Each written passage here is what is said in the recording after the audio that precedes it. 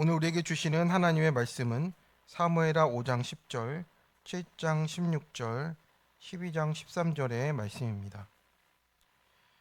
사무엘하 5장 10절, 7장 16절, 12장 13절의 말씀입니다. 한 절씩 읽겠습니다. 만군의 하나님 여호와께서 함께 계시니 다윗이 점점 강성하여 가니라. 7장 16절입니다. 내 집과 내 나라가 내 앞에서 영원히 보존되고 내 왕위가 영원히 경고하리라 하셨다 하라. 12장 13절입니다. 다윗이 나단에게 이르되 내가 여호와께 죄를 범하노라 하매 나단이 다윗에게 말하되 여호와께서도 당신의 죄를 사하셨나니 당신이 죽지 아니하려니와. 아멘. 네, 오늘 수요의 말씀은 사무엘하에 대한 전반적인 내용을 같이 정리하고 살펴보려고 합니다. 다윗 왕과 하나님의 언약에 대해서 우리 함께 말씀을 나누고, 사무엘하에 대해서 우리가 이제 한 다음 달 이후까지 사무엘하를 묵상하는데 도움이 되고자 이렇게 나누게 됩니다. 네, 우리가 함께할 묵상할 책은 지금 사무엘하입니다. 성경을 읽다 보면 이제 사무엘하를 이제 사무엘 상과 이어서 이제 다윗 왕의 이야기로만 이렇게 생각할 수 있습니다. 근데 그 말도 일면 맞습니다. 사무엘하는 이제 다윗의 이야기로 이어지는 게 맞고, 조금 더 깊이 들어가 보면 이제 사무엘 상하는 하나님 나라를 어떻게 세워가는지를 이제 살펴보는, 또 사울로부터 또 이제 다윗에게 이르기까지 이루어지는 이 왕조의 이야기를 통해서 하나님 나라를 세워가는 것을 보여주시는 것입니다. 그래서 다윗을 통해서 또 사울을 통해서 하나님이 어떻게 죄 많은 인간들을 통해서 또 자기의 나라를 이루어 가시는가를 보여주고 계십니다. 그래서 사무엘상은 사울에 이어 다윗이 기름 부음 받은 과정이라면, 사무엘하는 다윗이 실제 왕이 되어서 이제 살아가는 이야기가 나타나는 겁니다. 근데 놀라운 것은 왕이 되었다고 모든 것이 끝나지가 않는다는 것입니다. 우리가 쉽게 이렇게 생각할 때가 있습니다. 왕이 되면 끝날 줄 알았다. 또 뭐 장로가 되면 끝날 줄 알았다. 결혼하면 행복하게 끝날 줄 알았다. 자녀가 크면 편할 줄 알았다. 하지만 그것이 끝이 아니라는 것입니다.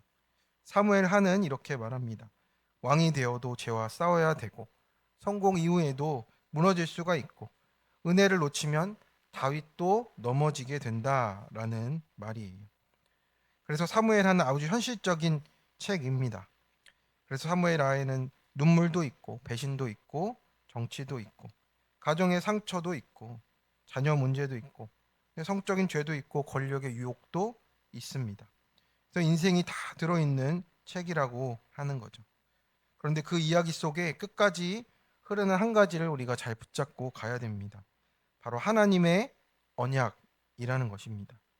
다윗이 흔들리고 오르락내리락 해도 하나님의 언약이 흔들리지 않는다라는 거예요. 그래서 왕은 실패해도 하나님 나라는 무너지지 않고 이어져 갑니다. 그래서 사무엘을 읽을 때 우리가 이 질문을 가지고 읽어가는 것입니다. 다윗은 왜 쓰임을 받았는가? 왜 하나님이 넘어지는 다윗을 끝까지 버리지 않으셨는가를 보는 것이죠. 그 답은 다윗이 완벽해서가 아니고 하나님의 언약 때문이다라는 겁니다. 그래서 성경은 위대한 사람들의 이야기가 아니라 끝까지 포기하지 않으시는 하나님의 이야기인 것입니다. 그래서 사무엘하는 다윗의 위대함보다 하나님의 신실하심을 나타내 줍니다. 그래서 결국 우리를 다윗을 넘어서 참된 왕으로 이 땅에 오시는 예수 그리스도까지 우리를 인도해 주는 것이죠. 그래서 사무엘하를 크게 세 부분으로 이렇게 나누어 보면 이렇습니다. 첫 번째로는 하나님은 다윗을 기름 부어서 왕으로 세우십니다. 1장에서 5장의 내용이 되고, 두 번째로는 하나님은 다윗과 언약을 맺으시는 것이 6장에서 10장의 내용입니다. 세 번째로 이제 다윗은 죄로 무너지지만 하나님은 은혜로 붙들어 주신다는 것이 11장에서 24장의 내용이 되는 겁니다. 그래서 사무엘 하의 흐름은 왕이 되는 것, 부터 시작해서 이제 하나님의 언약을 받고 또 죄로 다윗이 무너지고 그러나 끝까지 하나님의 은혜로 붙들어 주심을 이렇게 끝까지 이어가는 것입니다. 그래서 우리의 삶에도 마찬가지입니다. 은혜 받고 세워졌는데도 잘 가는 것 같다가도 또 죄의 연약함에 무너질 때 또 하나님은 또 그 백성을 또 포기하지 않으시는 우리 삶의 모습을 보여주고 있습니다. 그래서 오늘 또 이 사무엘하를 살펴보면서 이번 달과 다음 달, 그 다음 달까지 큐티 가운데서 다윗의 성공만 보는 것이 아니고 그 안에 있는 우리의 모습을 보고 끝까지 언약으로 붙드시는 하나님의 은혜를 함께 띵크해 보려고 합니다. 첫 번째로는 하나님은 낮아진 자를 기름 부어 세워 주십니다. 그래서 사무엘하의 시작은 저희가 지금 계속 나누고 있는 것처럼 승리의 축제가 아니었고 애가로 시작이 되잖아요. 사울이 죽어서 다윗을 죽이려 쫓아다녔던 그 사울이 죽었기에 이제 다윗의 시대가 활짝 열린 것 같아도 그것이 그렇게 시작되지 않는 것을 우리가 함께 보고 있습니다. 다윗은 그 소식을 듣고 옷을 잡아 찢고 모든 사람과 함께 또 금식하고 또 울면서 슬퍼합니다. 사울이 여호와의 기름 부음 받은 자였기 때문에 그것 때문에 자신의 그 슬픔을 또 하나님 앞에 드러내고 있습니다. 그래서 자기의 감정보다 하나님의 질서를 더 중요하게 여겼고요. 우리는 억울하면 바로 판단하고 나를 힘들게 한 사람이 망하면 속으로 시원해 하는데 다윗은 그 감정에 휩싸이지 않았습니다. 그렇게 반응하지 않고 하나님 나라의 그 사람의 자세로 그런 태도로 하나님의 질서 가운데 살아갑니다. 그리고 그 삶을 이렇게 세워가는 부분을 우리에게 보여주고 있습니다. 그리고 오히려 사울을 죽였다고 자랑했던 아말렉 청년도 심판을 하는 것입니다.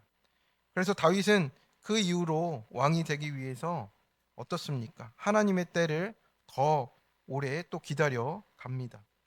그래서 하나님은 기다리는 것을 우리에게 훈련해 주고 계세요. 그래서 2장에 가면은 다윗이 드디어 헤브론에서 왕이 되는 것입니다. 그래서 오늘 우리 아침에 나눴던 것처럼 여호와께 여쭈는 모습이 나오는 거죠. 왕이 될 수 있는 타이밍에도 이제 묻고 가는 것입니다. 어디로 올라가야 되겠습니까? 하나님 제가 어떻게 해야 되겠습니다까라고 이렇게 여쭈어 보는 것입니다. 그래서 이 단어가 아침에도 말씀드렸듯이 의지하며 구하다라는 뜻입니다. 하나님께 물어보고 끝까지 의지한다라는 뜻입니다. 물어만 보는 것이 아니고 실제적으로도 움직이는 순종이 되었다라는 것입니다. 그래서 늘 하나님께 묻는 것이 지금 이 광야를 통과하면서 그 하나님께 묻는 것을 훈련 받았습니다. 그런데 사울은 반면에 어땠습니까? 하나님께 묻는 것이 멈춰졌습니다. 그래서 우리가 인생의 무너짐은 대부분 안 묻는 것에서부터 시작이 되는 겁니다. 내가 알고 있다 생각하고 내 감정대로 결정하고 내 경험대로 판단대로 하면 하나님의 뜻에서 우리가 벗어나기 시작하고 있습니다. 그래서 오늘도 우리가 하나님께 묻는 것 이것이 우리의 삶의 큐티로 훈련이 되어 가고 있는 것입니다. 그러니까 오늘 어떻게 살아야 됩니까? 하나님 이 관계를 어떻게 해야 되겠습니까? 이 말을 해야 됩니까? 말아야 됩니까? 우리가 물으면서 기도하며 하나님께 나아가는 그 모습이 또 훈련되어지는 것입니다.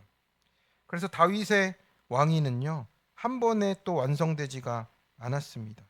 처음에는 유다 지파만 이제 다윗을 왕으로 세우게 됩니다. 나머지 이스라엘은 이제 사울 집안을 계속 따르고 있습니다. 그래서 7년 6개월이나 헤브론에서 유다 지파만 다스린 것이 이제 다윗의 첫 왕위의 모습이었습니다. 그래서 사무엘하 5장 이후로 가면 이제 우리는 왕의 고륙이니이다. 여호와께서도 왕께 말씀하시기를 내가 내 백성 이스라엘의 목자가 되며라고 이렇게 말씀을 합니다. 그래서 하나님이 목자인 다윗을 왕으로 삼으신 이유가 있는 것을 깨닫게 됩니다. 다윗이 왕 이전에는 무엇을 했습니까? 어렸을 때 목자로 목동으로 자기 아버지의 양을 치는 사람이었습니다. 그런데 그 일을 제일 열심히 했던 아들 같아요. 그래서 하나님은 그 모습을 기억하신 것 같습니다. 그래서 목자는 어떤 것입니까? 돌보는 사람이고 또 살리는 사람이고 자기 양을 희생하는 사람입니다. 세상 왕은 지배하려 하지만 하나님 나라의 왕은 섬기는 자로 이렇게 세워 가십니다. 그래서 예수님도 다윗의 자손으로 오셔서 자신을 선한 목자라고 말씀하십니다. 그래서 사무엘하 초반에 핵심의 구절이 나옵니다. 사무엘하 5장 10절 말씀을 보면 만군의 하나님 여호와께서 함께 계시니 다윗이 점점 강성하여 가니라 이렇게 말씀합니다. 여기서 강성하여는 직역하면 걸어가며 점점 커졌다라는 뜻이에요. 한순간에 커진 것이 아니고 하나님과 동행하면서 조금씩 세워져 간 겁니다. 그래서 우리의 믿음은 우리 사무엘하의 다윗처럼 단번에 완성되는 것이 아닙니다. 우리를 조금씩 빚어가고 계신다라고 말씀하세요.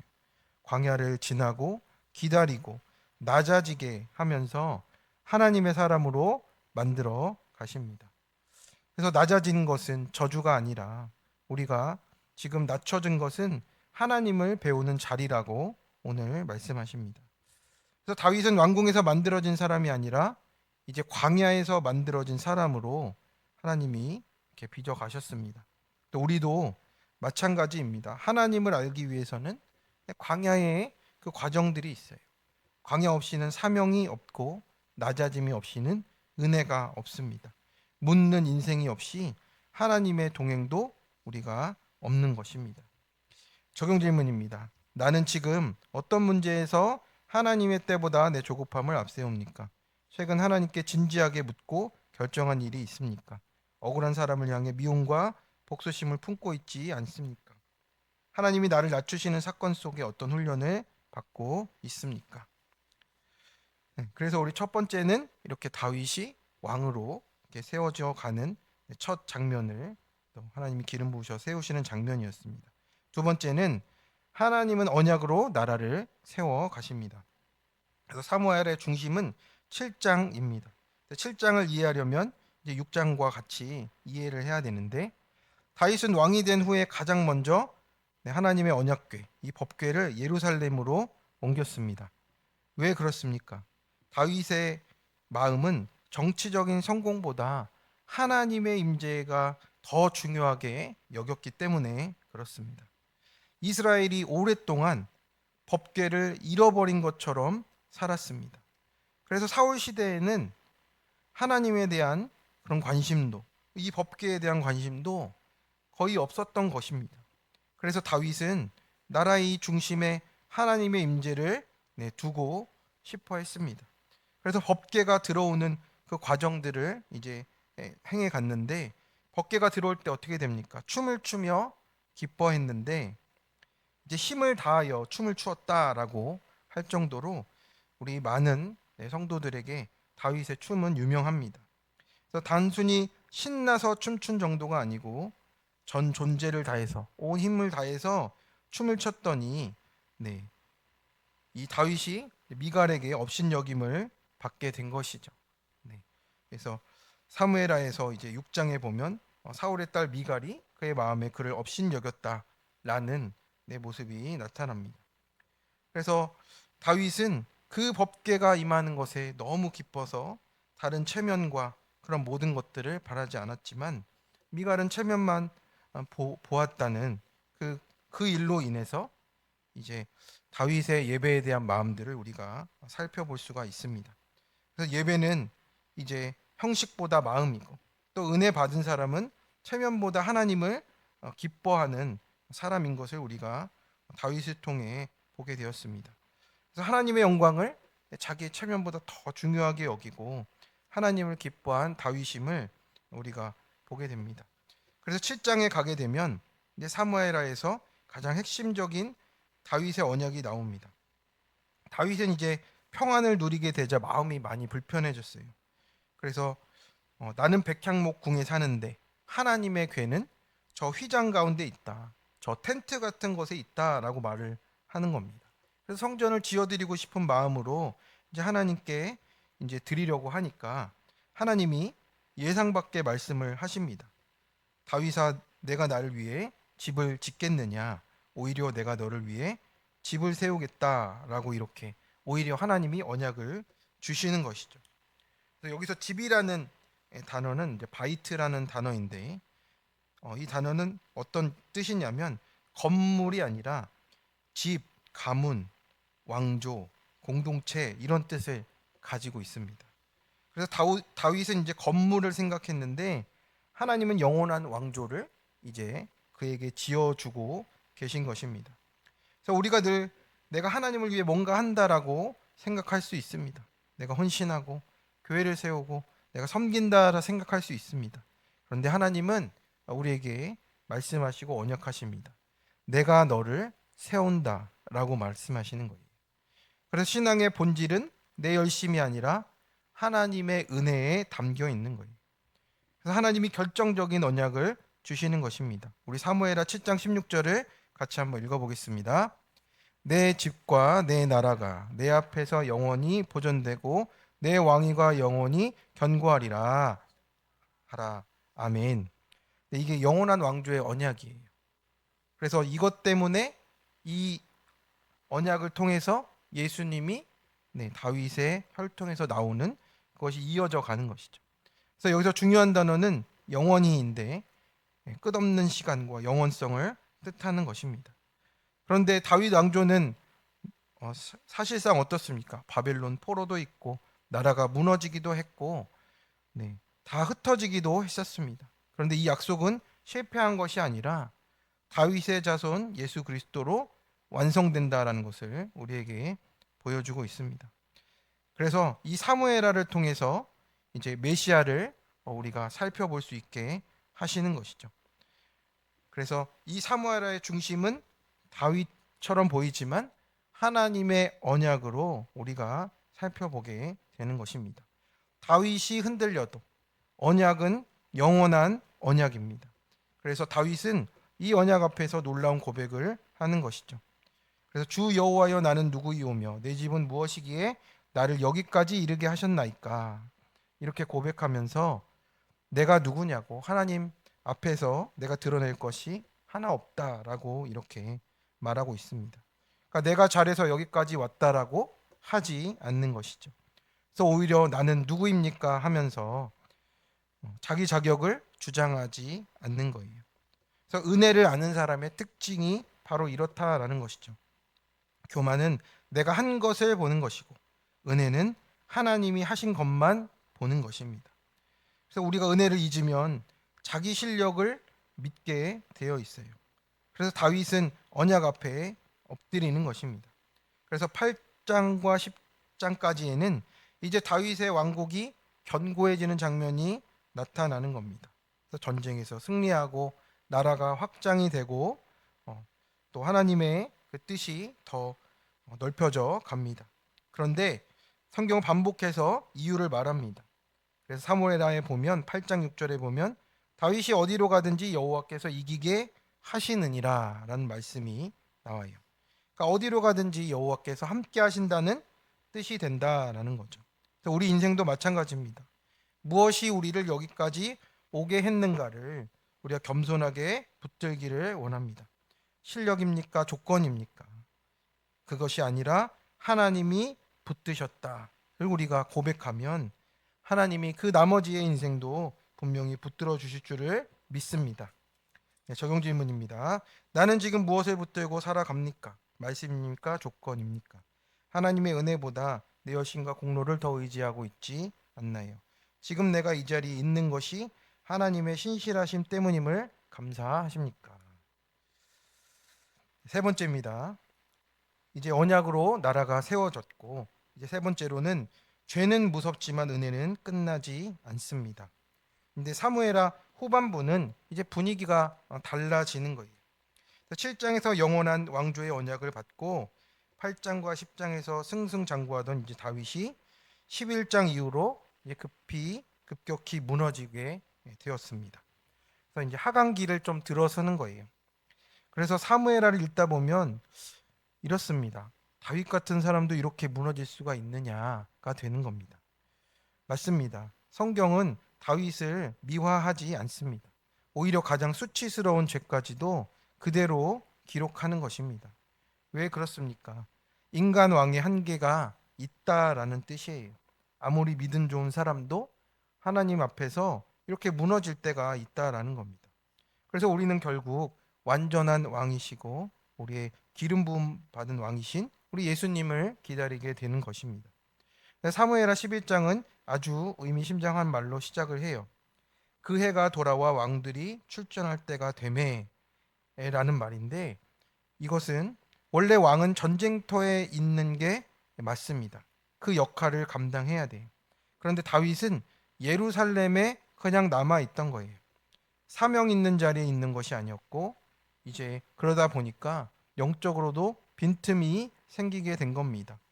그러니까 죄는 이렇게 갑자기 오는 것 같지만 사실은 이런 작은 방심과 무너짐부터 시작이 되는 거예요. 늦잠과 게으름과 말씀에서 멀어지고 또 예배를 벗어나고 하루하루 이제 내 뜻대로 하게 되는 그 틈으로 죄가 들어오게 되는 겁니다. 그래서 다윗은 밧세바를 이제 보게 된 거죠. 11장이 그 내용들이 쭉 나오는데 이제 왕궁 옥상에서 예, 목욕하는 한 여인을 어떻게 보게 된 겁니다. 그래서 이거 보았다는 말은 라아인데 계속 바라보고 탐한다라는 의미가 담겨 있는 거예요. 왕이 지금 그 모습을 보고 계속 탐하고 있다는 뜻이에요. 그래서 죄는 눈에서 시작이 되고 또 하와도 어떻습니까? 또 보았고 아간도 그 보물들을 보았고 다윗도 그 우리아의 아내를 보았더라는 것이죠. 그래서 신앙은 우리가 무엇을 보느냐의 싸움으로 이어지는 겁니다.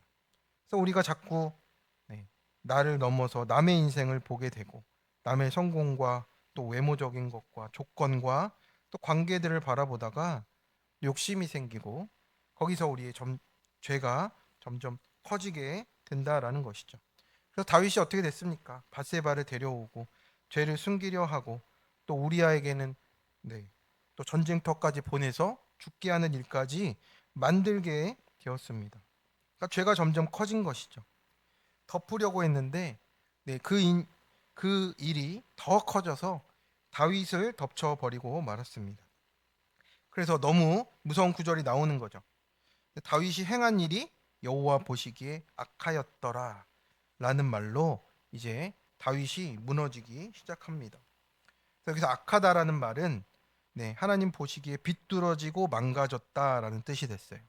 그 전까지는 하나님을 잘 붙들고 묻고 이렇게 붙들고 갔었는데 비뚤어지고 망가진 모습으로 나타났습니다.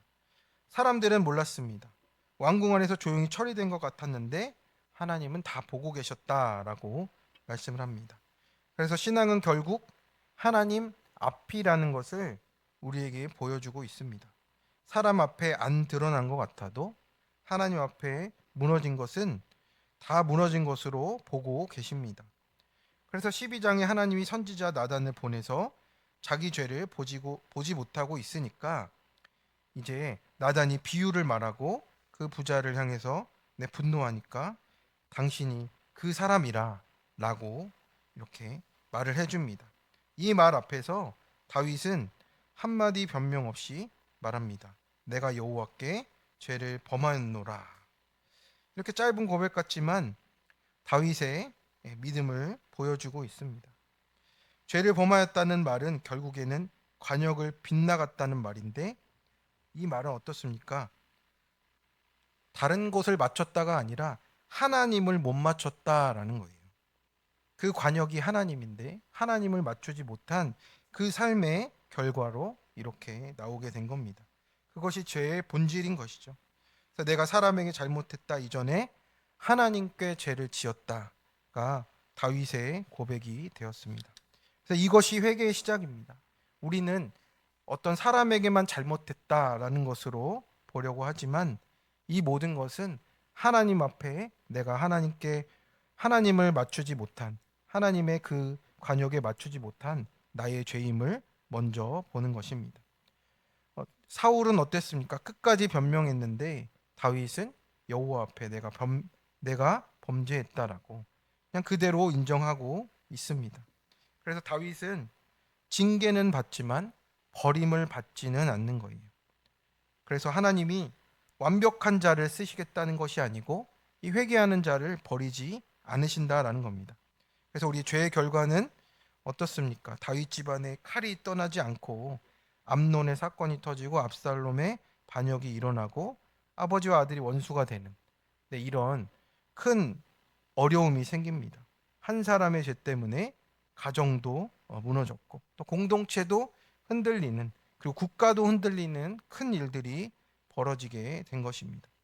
그래서 우리가 하나님 앞에서의 나의 모습을 그 모습을 고백하고 회개하며 나아가야 된다라고 오늘 말씀하고 있습니다. 그래서 특별히 이제 압살롬의 사건으로 다윗 인생 최대의 눈물의 사건이 나타나게 돼 있습니다. 하나님을 떠났고 하나님 앞에 죄를 지었던 모든 부분들이 결국에는 이 모든 가정의 일들로 또 문제로 나타나게 되었습니다. 또 24장의 마지막에 가면 다윗은 인구 조사를 하면서 내가 세운 이 나라가 너무 잘 되고 있다는 것에 이제 인구 조사를 하면서 사람들 앞에 자랑하고 싶어 합니다. 끝까지 인간의 연약함이 이렇게 나오잖아요. 그런데 하나님은 그 마지막 장면에도 어떻습니까? 다윗이 하나님 앞에 죄를 고백하며 나올 수 있도록 방법을 마련해 주십니다. 그래서 값을 치르며 하나님께 번제로 드리고 하나님 앞에 자신의 죄를 또 제물로 다시 속죄하며 하나님께 올라가는 제사로 드렸습니다. 그래서 결국에 사무엘 하는 제사로 끝나고 있습니다. 그러니까 다윗의 죄의 문제도 어떻습니까? 결국에는 피 흘림 없이 해결되지 않는 죄였다라는 것을 말하고 있습니다. 왕인데 완전하지 않았습니다. 그렇게 믿음으로 세워졌던 사람인데도 광야에서 세워진 사람인데도 완전하지는 않았습니다. 그래서 우리에게 참된 왕으로 오신 예수님이 정말로 필요하고 죄가 없으신 왕이고 또 우리를 대신해서 제물이 되신 왕을 우리가 붙들고 가야 될 줄로 믿습니다. 우리 작년 큐티의 말씀입니다. 어릴 적부터 교회를 다녔던 분입니다. 좋은 대학과 직장을 가지게 되니까 교만하게 되었습니다. 그래서 교회를 떠나게 되고 방탕하고 음란하게 살았답니다. 비교 의식이 많았고 또 열등감이 있어서 이성의 관심으로 자기의 삶을 채우고 술과 음란을 즐기면서 하나님을 업신여겼답니다. 그래서 우리아의 아내를 빼앗은 것처럼 유부남을 만나는 죄까지 이렇게 짓게 되어서 죄책감으로 힘들어하다가 직장 동료가 선물한 큐티인을 읽고 교회로 돌아왔습니다. 공동체와 성도들 앞에서 자신의 은밀한 죄를 고백하게 되었고 회개하면서 그것이 끊어지길 기도하니 불륜 관계가 정리되는 은혜를 입었답니다. 그래서 죄를 사해 주신 하나님께 감사하면서 공동체를 섬기게 되었고 또 양육을 받고 신결혼의 축복도 누리게 되었다라고 말씀하고 있습니다. 그래서 첫째 임신의 초기에 풍진이 걸려서 태아의 이상이 심하게 오고 생명에 위협할 수 있다는 이 진단을 받아서 그때 의사가 이런 경우는 아기를 포기한다라고 계속 소견을 얘기했답니다. 자기의 죄값을 치르는 것 같아서 너무 괴로웠고 이 고난 가운데 정욕을 쫓아 살았던 자기의 죄를 간절히 회개하면서 아이를 살려달라고 이렇게 기도했답니다. 지체들에게도 기도를 부탁해서 함께 기도했고 매일 큐티의 말씀으로 힘을 얻어서 아이를 낳기로 결심을 했답니다. 하나님이 주신 생명이니까 버릴 수 없어서 그렇게 낳기로 했답니다. 조산으로 어떻게 낳게 되었는데 중환자실과 입원과 여러 고비를 겪었지만 공동체의 기도로 건강하게 자라서 유아 세례도 받게 되었습니다. 나와 아들을 회개로 살려주셔서 감사하다고 이 약재료로 사람을 살리는 사람이 되게 해달라고 이렇게 또 하나님께 나아가는 간증이었습니다. 어떻습니까? 우리의 삶이 왕으로 세워지고 언약으로 이렇게 은혜로 붙잡아 주시지만 우리는 또 넘어지고 또 일어나는 삶을 반복하는 것입니다. 우리 간증에 나왔던 이 집사님처럼도 어떻습니까? 회개가 살리는 것을 우리에게 보여주고 있습니다. 그래서 우리의 완벽을 추구하는 것이 아니고 하나님 앞에 우리가 온전히 사는 우리가 되기를 축원합니다. 그래서 우리도 넘어질 수 있고 실패할 수 있는데 회개하고 하나님께 돌아오면 그 은혜가 끝나지 않은 줄로 믿습니다. 그래서 오늘도 우리가 예수 그리스도를 붙잡고 하나님의 언약과 은혜를 끝까지 누리며 가는 모든 성도님들 되시길 축원합니다. 적용 질문. 하나님 앞에 숨기려 하는 포장하는 나의 죄와 어둠은 무엇입니까? 나는 죄를 지적받을 때 귀 기울여 듣고 회개합니까? 틀렸다며 변명합니까? 내 죄가 공동체와 가정에 어떤 영향을 주는지 생각해 본 적이 있습니까? 실패와 넘어짐에도 다시 하나님께 돌아감으로 살려주신 은혜는 어떤 것입니까? 네, 오늘 이 말씀을 붙잡고 함께 기도하기를 원합니다. 우리 사무엘하를 이 묵상해 가면서 우리가 이 길을 잘 따라가기를 원합니다. 하나님은 낮아진 자를 기름 부어 세우십니다. 우리가 우리의 마음을 낮추고 또 나를 낮추시는 사건을 통해서 우리가 훈련을 받으며 하나님이 세우시는 그 자리에 갈 수 있게 해달라고 우리 함께 기도하겠습니다. 또 하나님은 언약으로 하나님 나라를 세워 가십니다. 우리가 붙드는 것이 우리의 상황과 조건이 아니라 말씀이게 해달라고, 우리 열심과 공로를 더 의지하지 않도록 우리 함께 기도하고 하나님의 신실하심을 의지하도록, 또 우리 죄는 무섭지만 은혜가 끝나지 않습니다. 하나님이 우리의 연약함을 아시고 또 실패와 또 무너짐도 아십니다. 근데 그 가운데서 우리가 귀 기울여 듣고 회개하며 하나님께 늘 돌아감으로 또 살려주신 은혜 가운데 우리가 붙어가게 해달라고, 또 우리가 이 묵상하면서 우리가 다윗처럼 또 믿음으로 또 회개로 세워지는 우리 인생 되게 해달라고 다 같이 한번 기도하겠습니다. 하나님 도와주시옵소서. 우리를 긍휼히 여겨 주시옵시고 이 사무엘하의 말씀을 통해서 다윗이 왕으로 세워지며 하나님 그 모든 일들을 하나님과 함께 해 나갔을 때와 그렇게 하지 못했을 때의 모습들을 또 살펴보았습니다. 하나님, 우리가 사무엘하의 묵상을 통해서 다윗처럼 하나님 앞에 세워지며 언약 가운데 하나님의 붙드심을 경험하도록 도와주시옵소서. 하나님, 우리에게 실패와 넘어짐과 죄의 두려움이 있습니다. 우리 연약함이 있습니다. 하지만 하나님의 은혜가 끝이 없다 하시오니 우리가 그것을 붙잡고 갈 수 있는 우리 인생 되도록 도와주시기를 원합니다. 하나님께 우리가 묻는 것을 멈추지 않도록 도와주시고 나를 낮추시는 사건 속에 하나님 훈련을 받으며 하나님께 나아가도록 도와주시옵소서. 하나님 언약으로 나라를 세워갈 수 있도록 주님 도와주시옵시고 하나님의 은혜보다 내 열심과 공로를 붙잡지 않도록 이 자리에 있는 것이 하나님의 신실하신 때문임을 감사하며 나아가도록 도와주시고 우리가 죄를 두려워하며 하나님 앞에 은혜로 붙들려 갈 수 있도록 도와주시옵소서. 혹시 실패로 넘어질 수 있습니다. 그 가운데서도 하나님 나를 살려주신 은혜가 더 큰 것을 믿고 하나님의 신실하신 언약이 더 큰 것을 믿고 나아가는 우리가 되도록 도와주시옵소서. 불쌍히 여겨 주시옵소서. 살리시는 은혜가 더 큰 줄 믿사오니 하나님 그 은혜 가운데 우리가 하나님 손에 붙들려 있게 하여 주시옵소서. 모든 것을 주님께 맡겨드립니다. 기름 부어주시고 함께하여 주시옵소서. 사랑과 은혜가 풍성하신 하나님 아버지, 오늘 이 사무엘하의 말씀을 함께 살펴보았습니다. 다윗의 인생을 보며 왕이 되어도 무너질 수 있고 은혜를 받았어도 죄 앞에 넘어질 수 있는 연약한 존재임을 고백하며 나아갑니다. 우리가 잘 되는 것보다 끝까지 하나님과 동행하는 인생이 되게 하여 주옵소서. 억울함 속에서도 하나님의 때를 기다리게 하시고 하나님 내 감정보다 그 질서를 붙들며 하나님께 묻는 인생, 하나님께 붙잡혀 가는 인생이 되도록 붙잡아 주시옵소서. 하나님, 다윗이 법궤를 기뻐하며 하나님의 임재를 사모했던 것처럼 우리도 예배의 감격을 회복하게 하여 주시옵시고 우리의 가정도 언약으로 붙들어 주시옵소서. 눈에 보이는 환경은 흔들려도 그 약속이 흔들리지 않으니 자녀와 부모와 부부 사이에도 말씀의 은혜가 흐르게 하여 주옵소서.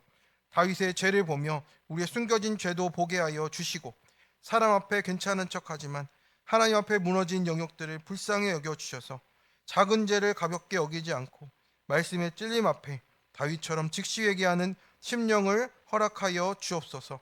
지금 가정의 아픔과 자녀의 문제, 경제의 어려움과 관계의 상처의 가운데 있는 성도들을 끝까지 붙들어 주시고 다윗처럼 은혜의 손으로 오늘도 인도하여 주시옵소서.